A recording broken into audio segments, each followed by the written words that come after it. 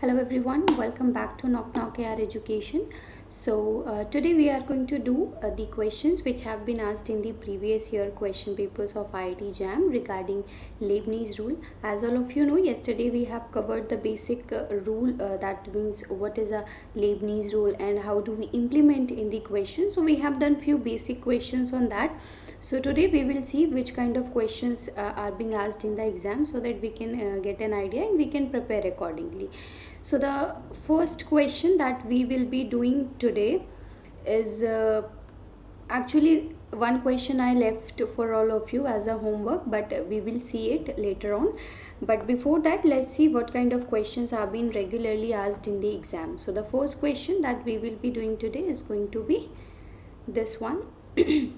You have been given a function f from where to where, from the open interval 0 to infinity to r, and then they have said that this is a continuous function such that this function satisfies our equation which is being given like from 0 to x f of t dt, and this is being given equals to minus 2 plus x square by 2. Then you have 4x sine 2x plus 2 cos 2x. Okay, and then they have asked you then the value of 1 by pi f of pi by 4. Okay, so this question is from the question paper of 2016, and this was a NAT question which were asked in 1 mark, not in 2 mark. Okay, so this they have asked in 1 mark.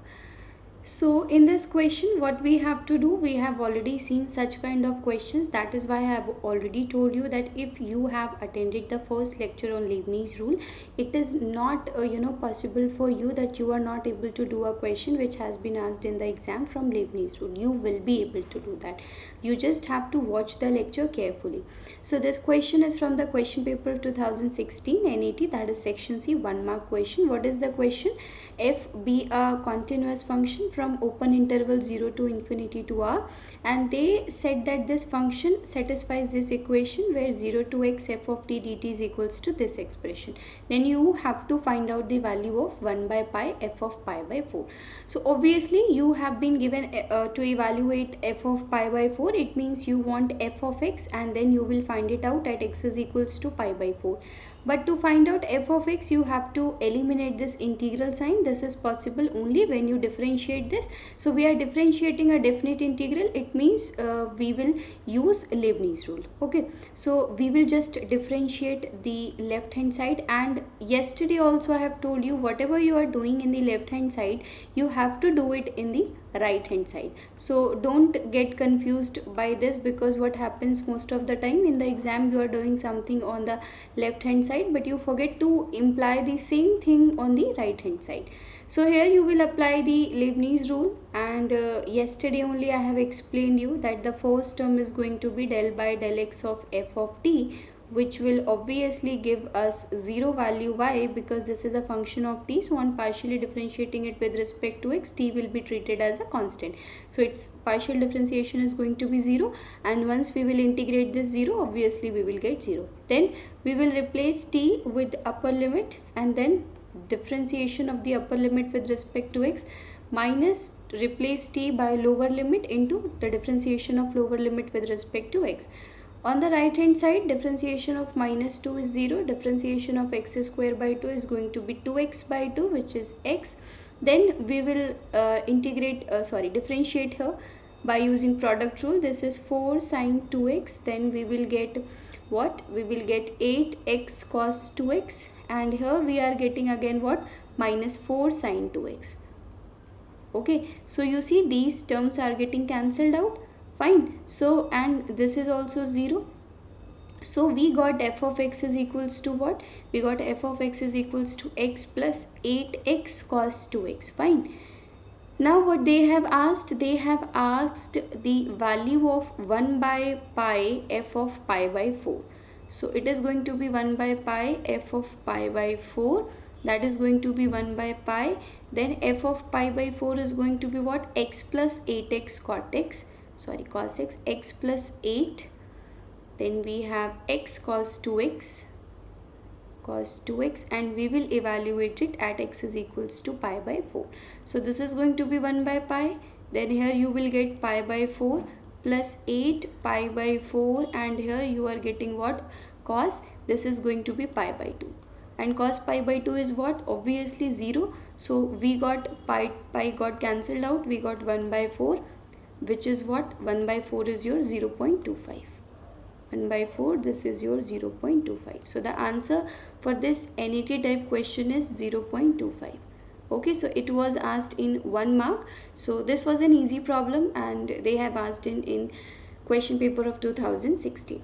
Let's move to another question and see what kind of question they have asked in other years also. So the next question that we will be doing is, if y of x is equals to, you have from root x to x, this is your e raised to the power t by t dt. Whenever your x is greater than 0, then they have asked you the value of y dash 1. Okay, this is going to be what? So this was from the question paper of 17, but this problem was of 2 marks. Okay, so when it was conducted in the year of 2017, they have asked this question. And remember one thing I have told you, that whenever any information is given in the question, obviously it has some use.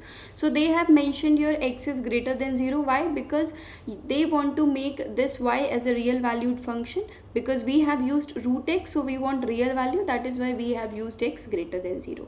So they want us to find out y dash x. This is possible only when we find out y dash x and then we keep x is equals to 1. To find out y dash x, obviously what I need to do, I need to differentiate the given expression, and whenever we are going to differentiate any definite integral, we have to use what? Leibniz rule. So what we will keep over here? Again the same thing that we were doing yesterday, del by del x of e raised to the power t by t, then dt, plus replace t with the upper limit, so this is going to be this, and the differentiation of upper limit minus replace t with the lower limit, so this is going to be this, and differentiation of lower limit is what? 1 by 2 root x. So this part will give you 0, because function of t on partially differentiating it with respect to x will give us 0. So y dash x, what we are getting is e raised to the power x by x minus 1 by 2x we are getting, because this root x and this root x will become x, and this is your e raised to the power root x. We want y dash 1, keep y dash 1, this is your e, then here you are getting e by 2. So obviously your answer is going to be what? E by 2. Fine. So now you can use your calculator to find it out, what is going to be the value of e by 2. Keep it here. So your e by 2 is your e is approximately 2.7. so once you will keep 2.7 in place of a, you will get somewhere it is equals to 1.35. okay, so this is the answer for this question number 2, which has been asked in the question paper of 2017 in section C, 2 marks. Okay, let's go to another question and देखते हैं किस तरीके का question पूछा है. 2018 में एक question पूछा गया, तो आप यहाँ से एक चीज़ मैं आपको ये दिखाने की कोशिश कर रही हूँ कि आई टोल्ड यू येस्टरडे कि every year they have been asking a question from Leibniz rule. So it is very important for you कि कुछ टॉपिक्स आपको पहले से पता होता है कि ट्रेंड देख के पता लग रहा है कि हर साल एक क्वेश्चन आ रहा है, तो why not to study that topic so that we won't lose 1 or 2 mark in the exam. Just like change of order of integration, continuously they have been asking either 1 or 2 question in either section A or section C. So why not to study it? When you already know something, then it's better to be prepared already. Okay, so this is our question number 3. The question is, let f be a function from closed 0 to infinity to closed 0 to infinity interval, be continuous on closed 0 to infinity, and this is differentiable on open interval 0 to infinity. And they are saying that if your f of x is equals to 0 to x root f of t dt, then they have asked you the value of f of 6. Fine, they have asked you this. So one thing to note down over here is that this was from the question paper 2018 and 1 mark again section C. So question में बोला है कि F आपका एक continuous function है, differentiable है, domain दे दिया है और एफ इस कंडीशन को सेटिस्फाई कर रहा है. किसे? F of x is equals to integral 0 to x root f of t d t. Then we need to find out f of 6. अब अगर एफ ऑफ एक्स 6 चाहिए हमें, तो ऑब्वियसली हमें इस इंटीग्रल साइन को एलिमिनेट करना होगा. ऐसे तो हमें एफ ऑफ 6 नहीं मिल सकता. तो एलिमिनेट करने के लिए हम क्या करेंगे? हम डिफ्रेंशिएट करेंगे. तो दोनों तरफ डिफ्रेंशिएट करेंगे तो कुछ इस तरीके की कंडीशन हमें मिलेगी. 0 to x root f of t d t. Fine. Now what I will do, I will apply Leibniz rule. तो आपको पता है कि यहाँ पे पहला पार्ट तो 0 हो जाएगा क्योंकि ये t का फंक्शन है. Partial differentiation with respect to x will give us 0. Now what we will do, we will replace t with upper limit into its differentiation minus lower limit into its differentiation. So हमें क्या मिल गया? F dash x is equals to root f of x. Fine, ये हमें मिल रहा है. अब इस क्वेश्चन को सॉल्व करने के यहीं से कई तरीके हो सकते हैं. या तो आप इंटीग्रेट कर लो या तो आप कुछ कर लो. The best way to solve this problem is with the help of ordinary differential equation. Okay, what we will do, we will choose this f of x is equals to y. So this is your y dash and then this is your root y. And एक चीज़ और observe करो आप, ये root f of x हमारे पास imaginary हो जाता, लेकिन question में कुछ दिया है. रेंज आप ऑब्जर्व करो. रेंज जो होगी वो ऑब्वियसली क्या होगी? सबसेट होगी ना अपने कोडोमेन का, यानी क्लोज्ड 0 to infinity. तो पॉजिटिव रियल नंबर्स में से ही तो आ रहा है including 0 range, right? So that's why we are saying that ये जो है वो पूरा रियल वैल्यूड फंक्शन है, डिफाइन है. ठीक है, इसको ऐसे रख लिया. अब we know that this is d y by d x y dash and this is root y. Variable separable आप सबने पढ़ा होगा. चलो अभी मैंने नहीं पढ़ाया ओडी में, तो क्लास 12th में तो इतना तो पढ़ाया गया है वहाँ पे, है ना. This is variable separable problem. तो आप डी वाई के साथ वाई रख लोगे, वाई का पूरा फंक्शन एंड डी एक्स. अब आप दोनों तरफ इंटीग्रेट कर दोगे. क्या मिलेगा आपको यहाँ पे आपको y की पावर माइनस हाफ मिलेगा. तो y की पावर माइनस हाफ प्लस 1, तो वो y की पावर हाफ मिल जाएगा. देन यहाँ पे भी minus half plus 1 half 2 root y मिलेगा. This is your x plus c. अब y को आप वापस से रिप्लेस कर दो अपने f ऑफ x से. ठीक है, अब बात ये हो गई कि चलो ये तो आ गया, लेकिन f ऑफ 6 हमें अगर चाहिए तो अभी भी हमारे पास मिलेगा नहीं, क्योंकि ये c कहाँ से निकालेंगे. अब ये c निकालने के लिए वापस हम क्वेश्चन में जाएंगे. ठीक है, कैसे? अगर आप ध्यान से देखो, ये जो एक्सप्रेशन आपको दिया है, c की वैल्यू निकालने के लिए हमें एक इनिशियल कंडीशन चाहिए और हमें पता है कि जो हमारे पास f ऑफ x फंक्शन है उसका domain closed 0 to open infinity है. इसका मतलब x is equals to domain का पार्ट है, तो क्यों ना हम f ऑफ 0 ही निकाल लें. f ऑफ 0 अगर आप देखोगे तो जहाँ जहाँ x है उसको 0 से आप रिप्लेस कर दोगे ना, तो कुछ ऐसा बन जाएगा.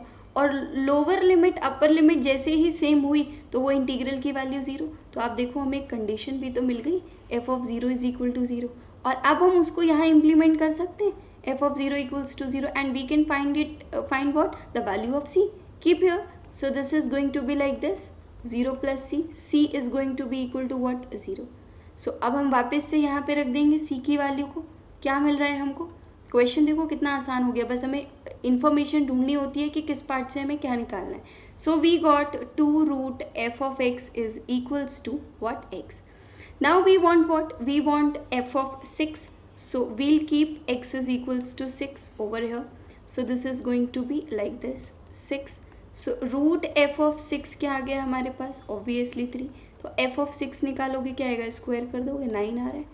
So 9 is going to be the answer of the question which has been asked from the Leibniz rule in the question paper 2018.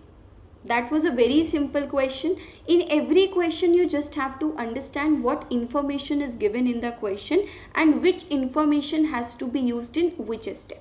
If you are sure about these two things, then there won't be any problem in solving any question from any of the topic. Okay.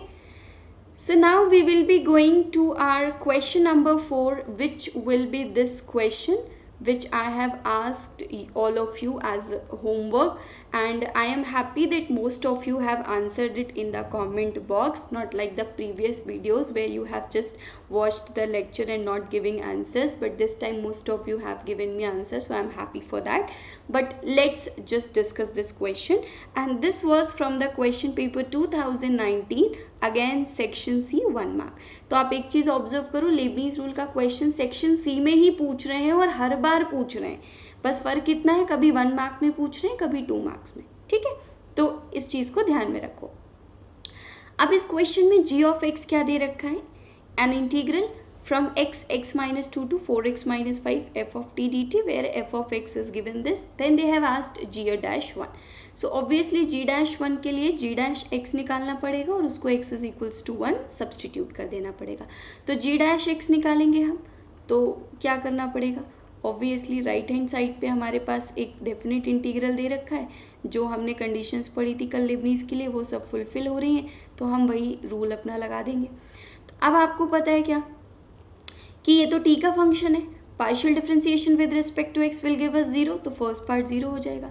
Second part में हमें T को upper limit से replace करना है. ठीक है, और upper limit का differentiation with respect to x यानी 4x माइनस 5 का differentiation will give you 4 minus t को रिप्लेस करना है हमें लोअर लिमिट से. So lower limit x minus 2 है, तो उसको हम क्या लिख लेंगे, x square and then minus का 2x. ठीक है, और फिर उसका डिफरेंशिएशन क्या आएगा, 2x माइनस 2. ये मिल गया.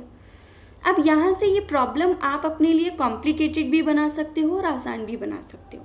ठीक है, it depends on you. How most of you will do what, because you have been given f of x, so now you will keep the value of f of 4x minus 5. How? Like this, 3 times 4x minus 5 to the power 4, है ना. Then you will keep your then square root of 1 plus 3 x square minus 2x की power 4, and then you will keep all the information. So don't make the things unnecessarily complicated for you. In exam, choose the simplest way by which you can get your answer. Don't trap yourself into complicated complications. Okay, so what we will do, calculations को आसान रखो, आपके लिए कुछ भी मुश्किल नहीं होगा. सीधे आप g डैश 1 को रख दो. ठीक है, g डैश जब आप 1 रखोगे तो यहाँ आपको क्या मिलेगा, f ऑफ माइनस 1 मिलेगा इंटू 4 माइनस. अब देखो यहाँ पे आपने 1 रखोगे तो क्या मिलेगा, ये वाला जो पार्ट है 2 माइनस 2 इसको 0 कर देगा. देखा, मतलब जो कैलकुलेशन थोड़ी देर पहले बहुत कॉम्प्लिकेटेड हो रही थी वो आसान हो गई. g dash 1 equals to 4 times f of minus 1. अब यहीं पे f ऑफ माइनस 1 निकाल लो, देखो 1 प्लस 3 4 यानी 2 आ रहा है हमारे पास. आंसर कितना आ गया, 8 आ गया. तो जितने लोगों ने आपको आंसर दिया हुआ है कमेंट बॉक्स में भी, अगर आपने देखा होगा, मैंने भी देखा है, सो उनका आंसर बिल्कुल ठीक है. आंसर इस क्वेश्चन का 8 ही आ रहा है. ठीक है, सो ये कुछ क्वेश्चंस थे जो प्रीवियस ईयर में पूछे गए हैं. अभी कुछ और क्वेश्चन डिस्कस करते हैं. So now we'll move to next question. So the next question is from the question paper 2022. That means this year they have asked a question, and in section A 1 mark they have asked it. Okay, so let me write down the question for all of you. Let C be a positive real number and let U is from R2 to R be defined by, actually this question you can also consider it as a function of several variable, but we are using Leibniz rule for solving this question. That's why I am discussing it here. Okay, so let me just write down the question. So they have given your u of x comma t as what, 1 by 2c, and then this has from x minus c t to x plus c into t, then this is e raised to the power s square ds. And now this is for all x comma t belonging to R2. So they have asked about in which one of the following is true. Okay, so let me just write down all 4 options for all of you to see what are the options. So you have been asked about del 2u by del t square is equal to c square del 2u by del x2 on R2. And then they have asked you about del u by del t is equal to c square del 2u by del x2 on R2.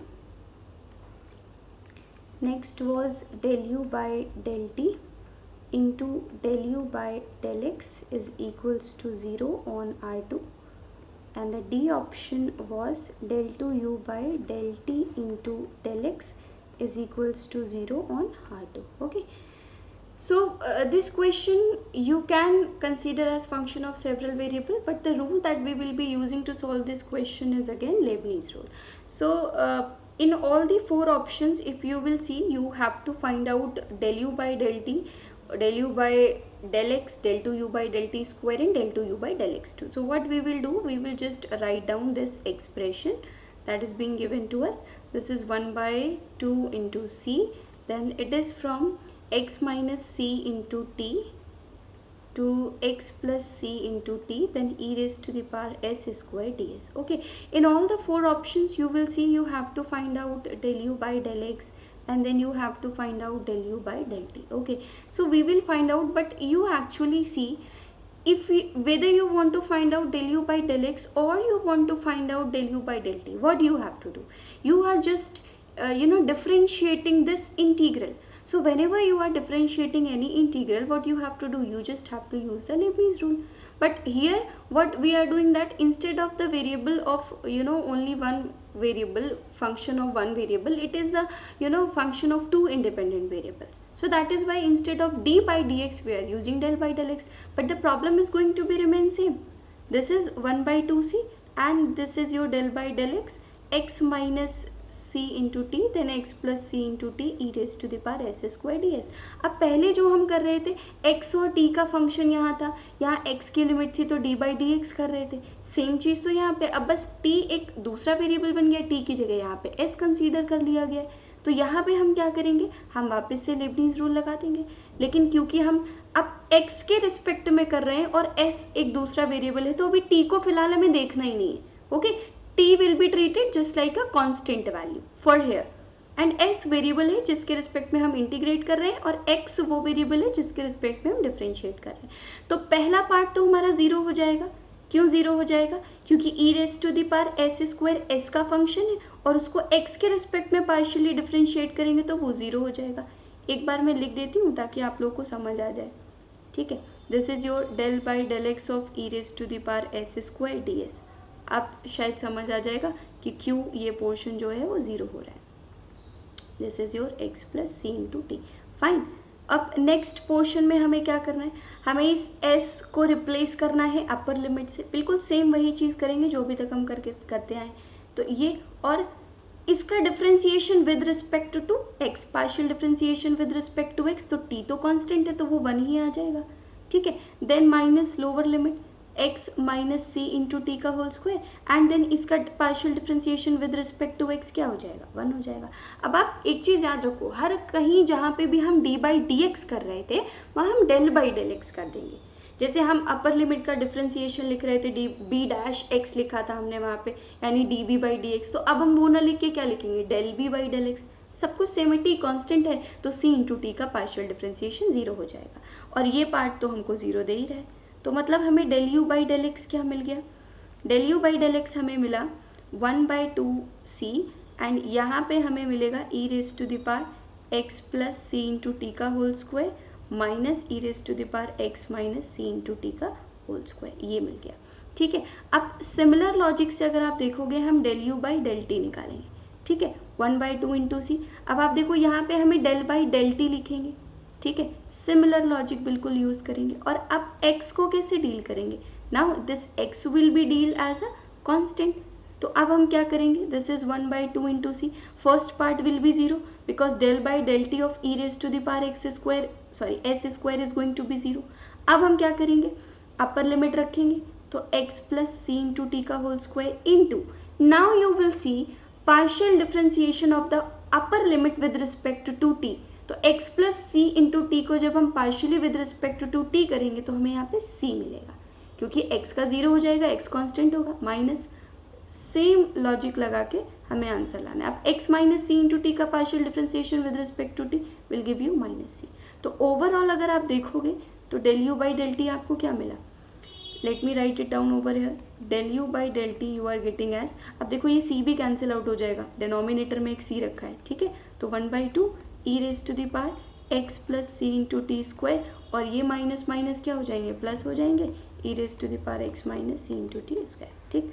अब अगर आप देखोगे options को, तो C option तो satisfy हो ही नहीं रहा है, बिल्कुल भी नहीं हो रहा है, तो अब हमें क्या करना है, हमें जाना पड़ेगा ए और बी के लिए, तो हमें del two u by del x two निकालना पड़ेगा, और ज़रूरत पड़ी तो del two u by del t भी निकालेंगे, ठीक। तो चलो अब उस पर चलते हैं आगे।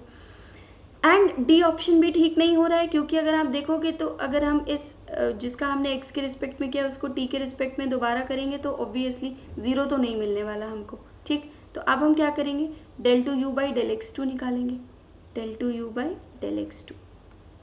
उससे पहले एक बार del u by del x यहाँ पे लिख लें ताकि आपको समझ आ जाए चीज़ें। तो del u by del x हमारे पास क्या आया था, 1/2 into c, then we were having e raise to the power x plus c t whole square, and minus sign के साथ आया था या e raise to the power x minus c. आप देखो इसको टू वेरिएबल की तरह डील कर सकते हो, del u by del x two निकालना है तो आपको क्या करना है, आपको बस टी को कांस्टेंट की तरह डील करना है। तो पहले इसका करोगे तो एज इट इज़ आ जाएगा, आप जब पावर का करोगे तो 2 times x plus c into T आएगा, और क्योंकि एक्स के रिस्पेक्ट में कर रहे हो तो इसका पार्शियल डिफ्रेंसिएशन 1 ही आ जाएगा, ठीक, minus e raise to the power x minus c into t whole square, और फिर 2 times x minus c into t, और फिर यहाँ पे 1 आ जाएगा। क्योंकि अगर आपको याद हो ना, e raise to the power a x का डिफ्रेंसिएशन कैसे करते थे, पहले फंक्शन का किया e raise to the power a x का, देन पावर का करते थे, तो वही तो कर रहे हैं, पावर का पहले किया तो 2 times x plus c t आया, 2 times x minus c t, और अब इसका कर देंगे हम लोग, ठीक है। तो ये कहानी थी इसकी। तो यहाँ पे अगर आप देखो तो हमें क्या मिला, ये 2 भी कैंसिल आउट हो गया कहीं ना कहीं, अगर ना भी लिखना चाहो तो भी चलेगा। तो यहाँ पे अगर हम लिखें तो क्या मिला, 1/2 into c, then 2 times x plus c into t e raise to the power x plus c into t whole square, then यहाँ पे माइनस साइन के साथ 2 times x minus c into t e raise to the power x minus c t whole square. अब अगर हम क्या देखेंगे, del u by del t को देखेंगे, जो हमें दे रखा है, क्या आया है जो अभी हमने निकाला था, 1/2, this is your 1/2 e raise to the power x plus c into t whole square plus e raise to the power x minus c into t whole square, यही था हमारे पास, देखो आप या। अब हमें ऑप्शंस देखेंगे तो del u by del t इसके बराबर तो नहीं आ रहा है, स्लाइड्स अगर आप देखोगे तो ये वाला देखो, del two u by del x two, अगर ऐसा कुछ हम देखेंगे तो बराबर तो नहीं आ रहा है सी स्क्वायर से मल्टीप्लाई करके, तो मतलब अब हमें del two u by del t square भी निकालना पड़ेगा। क्या आएगा ये, 1/2 e raise to the power x plus c into t whole square. अब जब पावर का करोगे तो 2 times x plus c t, पहले पावर हुई अब अंदर फंक्शन का, विद रिस्पेक्ट टू टी करोगे तो एक सी आ जाएगा, ठीक। इन अ सिमिलर वे यहाँ पे e raise to the power x minus c into t whole square, 2 times x minus c into t, और माइनस सी और आ जाएगा यहाँ पे साथ में, ठीक है। तो ये मिल गया। अब अगर आप ध्यान से देखोगे इन दोनों को, एक जो del two u by del x two है और एक del two u by del t square, ठीक है।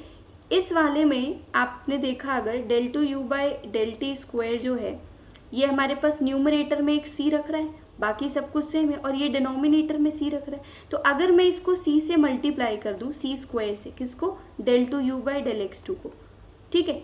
अगर मैं सी स्क्वायर से मल्टीप्लाई कर दूंगी तो देखो आप न्यूमरेटर में एक सी मिलने लग जाएगा हमें, और बाकी पूरा एक्सप्रेशन तो सेम ही है, और यहाँ तो न्यूमरेटर में सी मिल रहा है, तो ये ऑप्शन ठीक हो गया ना। तो which option is correct, obviously A option is correct, ठीक है। तो अभी आपको शायद स्लाइड्स में इतना नहीं नज़र आ रहा होगा, एक बार आप ये पूरा क्वेश्चन नोट डाउन करना, फिर मैंने जो सोल्यूशन लिखा है उसको लिखना। जब एक ही पेज पे आपके पास सारी इन्फॉर्मेशन होगी ना, तब आपको समझ आएगा कि अच्छा del two u by del x two को सी स्क्वायर से मल्टीप्लाई करेंगे तो del two u by del t square मिल जाएगा। एंड ये क्वेश्चन जो है वो 2022 में पूछा गया है सेक्शन ए में 1 मार्क में। तो अगेन लेबनीज रूल यूज़ किया गया, बट कल मैंने आपको एक चीज़ बोली थी, जैसे कल हमने कुछ क्वेश्चंस किए थे लिमिट के, उसको उन्होंने क्या किया, लेबनीज रूल को फंक्शन ऑफ 1 वेरिएबल में डाल दिया, क्योंकि लिमिट निकाल रहे हैं हम लोग। अब यहाँ आप देखो लेबनीज रूल को उन्होंने कैसे पूछा है, फंक्शन ऑफ सेवरल वेरिएबल, यानी मल्टीपल वेरिएबल जिसको आप बोलते हो, 2 और 3 वेरिएबल जो हमारे सिलेबस में, उसमें डाल के पूछा है। तो किसी भी तरीके से लेबनीज रूल को पूछा जा सकता है।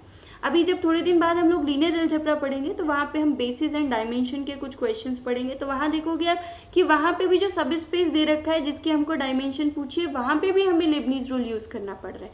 तो this topic can be merged with any of the given topic which has been mentioned in the syllabus, और किसी भी तरीके का क्वेश्चन फ्रेम किया जा सकता है. So it is very important for you to understand the basic. Once you are clear with your basics, you are able to solve any kind of the question which has been asked from this Leibniz rule. Okay, so that's it about this question. अब हम एक और question देखते हैं, और अब आप देखोगे कि 2022 में एक्चुअली में एक नहीं दो क्वेश्चन पूछे गए लेबनीज रूल से.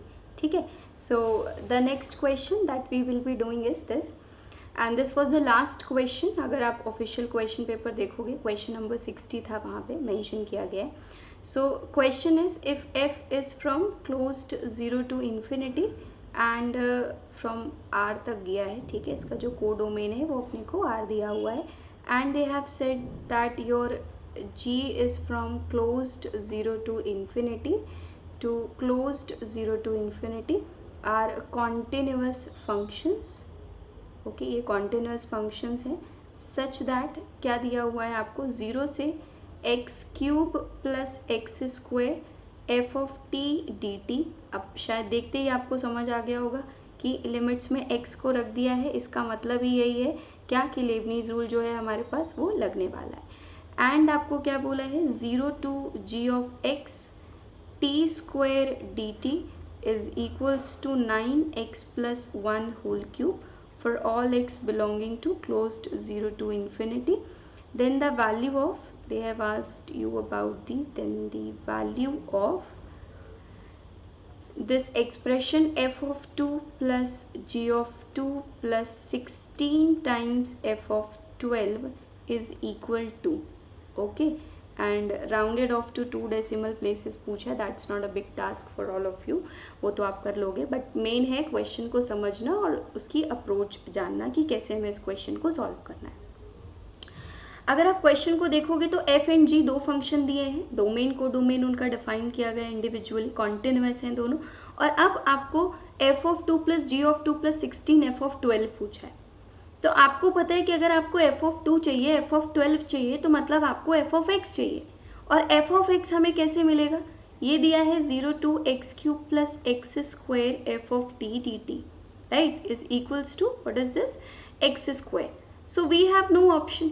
अगर f ऑफ x चाहिए तो इसको डिफ्रेंशिएट करना पड़ेगा, और अगर हमें इसे डिफ्रेंशिएट करना है तो ऑब्वियसली हमें क्या करना पड़ेगा, लेबनीज रूल लगाना पड़ेगा. We don't have any choice other than this.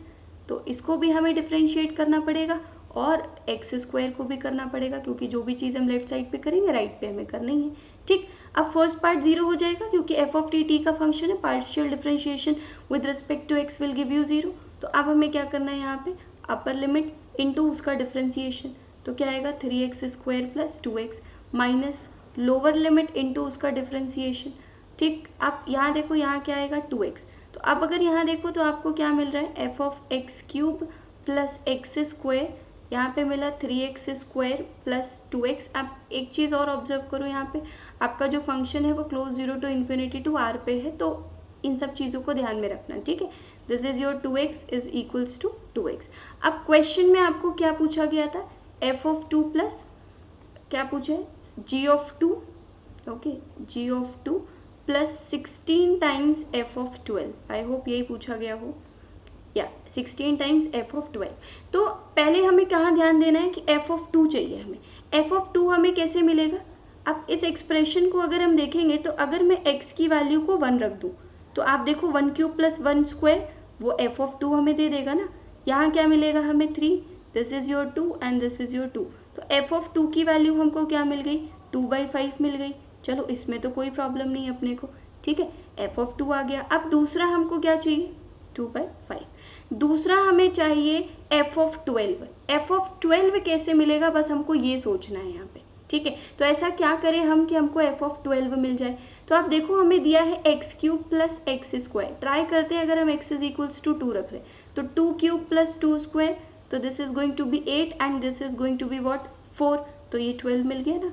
तो बस हमारे पास इसका भी काम हो गया. तो अब क्या करना है हमको, x इज इक्वल्स टू 2 रख लेना है. So now we will keep x is equals to 2, x is equals to 2 रखेंगे तो this is your 2 cube plus 2 square, then यहाँ क्या मिलेगा 3 into 4 plus 2 into 2 that is going to be already 4 and this is your 2 into 2. यहाँ अगर आप देखो ये क्या बन गया, f ऑफ 12 बन गया 8 plus 4 and this is going to be 4 by, यहाँ पे क्या बना 12 plus 4 that is what 4 by 16. अब हमको कैंसिल करने की जरूरत भी नहीं है, क्यों नहीं है, ज़्यादा कैलकुलेशन नहीं करना. 16 टाइम्स f ऑफ 12 पूछा है तो ऑब्वियसली बात है ये 16 कैंसिल हो जाएगा, 4 आ जाएगा. तो मतलब ये वैल्यू आ गई हमारे पास 2/5, ये वैल्यू आ गई 4. अब हमें g ऑफ 2 की ज़रूरत है और g ऑफ 2 के लिए भी कुछ इन्फॉर्मेशन दे रखी है हमको. क्या दे रखा है, 0 से g ऑफ x एंड फिर क्या है t square dt is equals to 9x plus 1 का होल क्यूब, 9x प्लस 1 का होल क्यूब. और हमको पूछा क्या है, हमको पूछा है g ऑफ t, तो हम g ऑफ 2 वो निकालेंगे. ठीक, तो ये तो बहुत सिंपल सा है, इसको हम इंटीग्रेट ही कर लें, कोई प्रॉब्लम ही नहीं है यहाँ तो, है ना. दिस इज 9x प्लस 1 का होल क्यूब. अब यहाँ पे जब आप लिमिट रखोगे तो ये क्या आएगा, g ऑफ x का होल क्यूब बाई 3 एंड 0 रखने पे तो 0 ही आ रहा है क्योंकि t की जगह पे हमें g ऑफ x रखना था. यहाँ आया 9x प्लस 1 का होल क्यूब. हमें चाहिए g ऑफ 2, तो मतलब हम क्या रख देंगे x इज इक्वल्स टू 2, तभी हमें g ऑफ 2 मिलेगा. तो क्या मिलेगा, g ऑफ 2 का होल क्यूब डिवाइड बाई 3 है क्योंकि t क्यूब बाई 3 था, यहाँ 3 और यहाँ क्या मिल गया हमको, वापस से देखो 3 प्लस 1 2 हमने रखा है ना x की वैल्यू को, तो this is going to be 2 plus 1 का होल क्यूब. तो g ऑफ 2 का क्यूब हमें क्या मिल रहा है, 3 इंटू 9 इंटू यहाँ देखो 3 का क्यूब मिल जाएगा. तो ओवरऑल अगर आप पावर देखो तो इसको हम क्या लिख सकते हैं, 3 स्क्वायर इंटू 3 क्यूब. ठीक है, ये 9 को लिख दिया तो 3 की पावर हमको कितनी मिल गई, 6 मिल गई, right. We got the power of 3 as 6. तो g ऑफ 2 भी तो हमको मिल गया, कितना 3 की पावर 2 मिल जाएगा हमें, देखो आप. ठीक है, ये मिल गया हमको, हम क्यूबिक रूट ले लेंगे तो ये मिल गया. तो यानी g ऑफ 2 की वैल्यू कितनी आ गई, 9 आ गई हमारे पास. अब बस हमें जाके यहाँ पे रख देनी है वैल्यूज, सम कर देना है. तो क्या मिला 2/5 प्लस ये आएगा 13, तो ये क्या मिल गया अपने पास. तो हमको बस ये वैल्यू निकालनी है 65/5, ये क्या मिल जाएगा हमको यहाँ पे, this is going to be 67/5. अब आप इसको निकाल लो ये कितना आ रहा है और आंसर हमारे पास हो जाएगा. ठीक है, सो अगर आप इसको इवैल्यूएट करोगे तो this is 1, then this is going to be 13 and 13.4, something like this you will get. Okay, so this is the answer for this question and hope आप लोगों को ये समझ आया हो क्वेश्चन. ठीक है, तो 2022 में 2 क्वेश्चन पूछे गए आपसे, तो उनमें से ये था 2 क्वेश्चन. अब कुछ क्वेश्चन रह गए, जैसे आप अगर 2021 का क्वेश्चन पेपर का भी मैंने एक भी क्वेश्चन डिस्कस नहीं किया, बट वहाँ पे भी लेबनीज रूल से क्वेश्चन पूछा गया है. ठीक है, बट वो क्वेश्चन क्योंकि एक बहुत इंपॉर्टेंट क्वेश्चन है, क्योंकि अगर आप ऐसे क्वेश्चन पेपर देखने जाओगे तो आपको नहीं मिलेगा, आपको लगेगा लेबनीज रूल का क्वेश्चन ही नहीं आया, but they have asked in between somewhere, वो यूज़ हुआ है. तो उस क्वेश्चन को मैं किसी दिन क्वेश्चन ऑफ द डे में पोस्ट करूँगी और वहाँ पे मैं उसका सोल्यूशन डिस्कस करूँगी. ठीक है, तो आज की क्लास के लिए बस इतना ही रखते हैं, बाकी चीज़ें अब हम नेक्स्ट क्लास में देखेंगे. अब अगला सेशन जो होगा आपका वो एरिया पे होगा और एक ही सेशन में हम सारी चीज़ें कवर कर लेंगे. ठीक है, so that's it for this session. Thank you so much.